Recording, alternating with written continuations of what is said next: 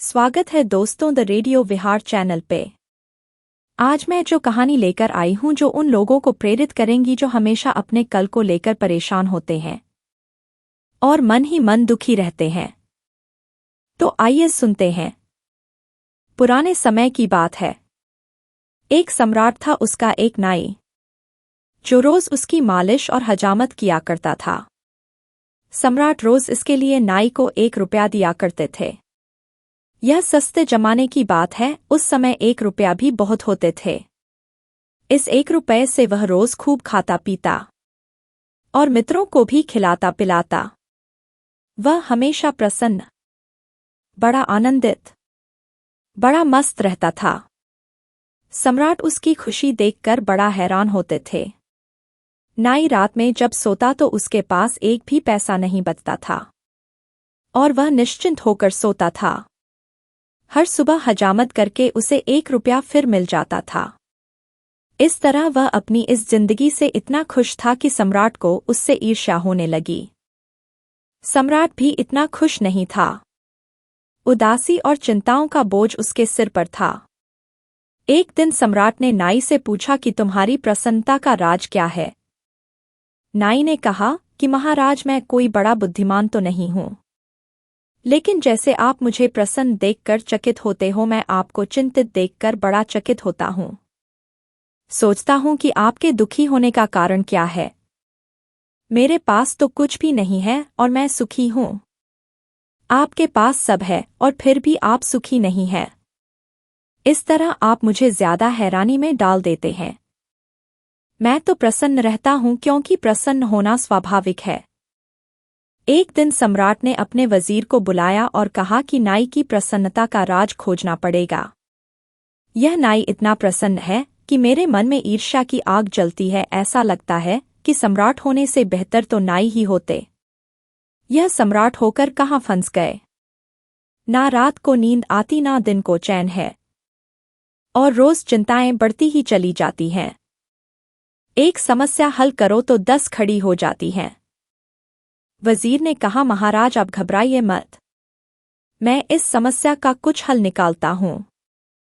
वैसे वजीर गणित में कुशल था। सम्राट ने कहा, क्या करोगे? उसने कहा, कुछ नहीं, आप 2-4 दिन में खुद ही देख लेंगे। एक रात वजीर 99 रुपये एक थैली में रखकर नाई के घर में फेंक आया। जब सुबह नाई उठा तो उसने वह थैली उठाई।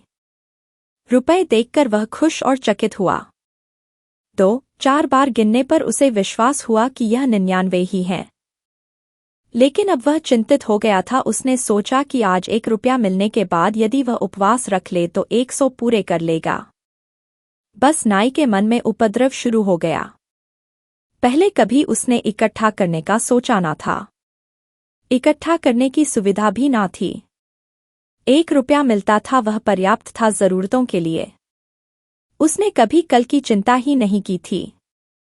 आने वाला कल उसके मन में कभी छाया ही नहीं डालता था।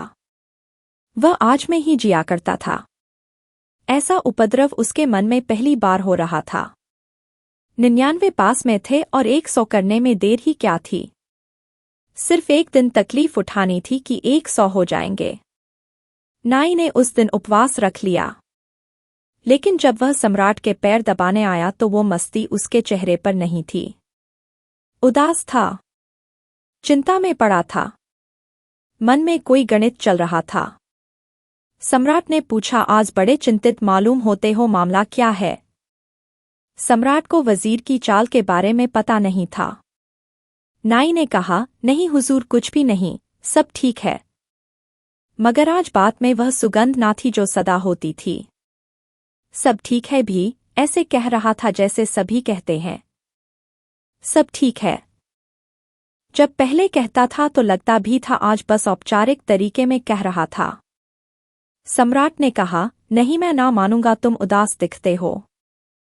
तुम्हारी आंख में रौनक नहीं है। तुम रात को ठीक से सोए या नहीं? नाई ने झूठ बोलते हुए कहा कि अब आप पूछते हैं तो बता ही देता हूं।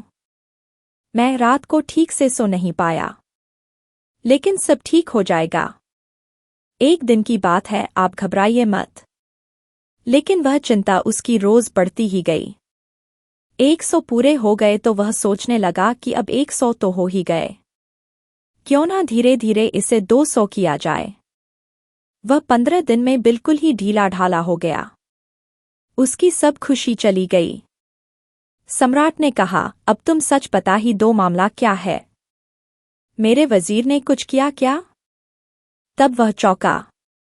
नाई बोला, क्या मतलब आपका वजीर? अच्छा तो अब मैं समझा। अचानक मेरे घर में एक थैली पड़ी मिली मुझे। 99 थे उसमें। बस उसी दिन से मैं मुश्किल में पड़ गया हूं। 99 का चक्कर है। तो दोस्तों, कहानी से यही सीख मिलती है कि जितना है उतना ही पर्याप्त है, बाकी तो सब 99 का चक्कर है और लोभ का कोई अंत ही नहीं, ये खुशी छीन लेता है। तो कैसा लगा ये कहानी आपको? कमेंट में जरूर बताइए दोस्तों।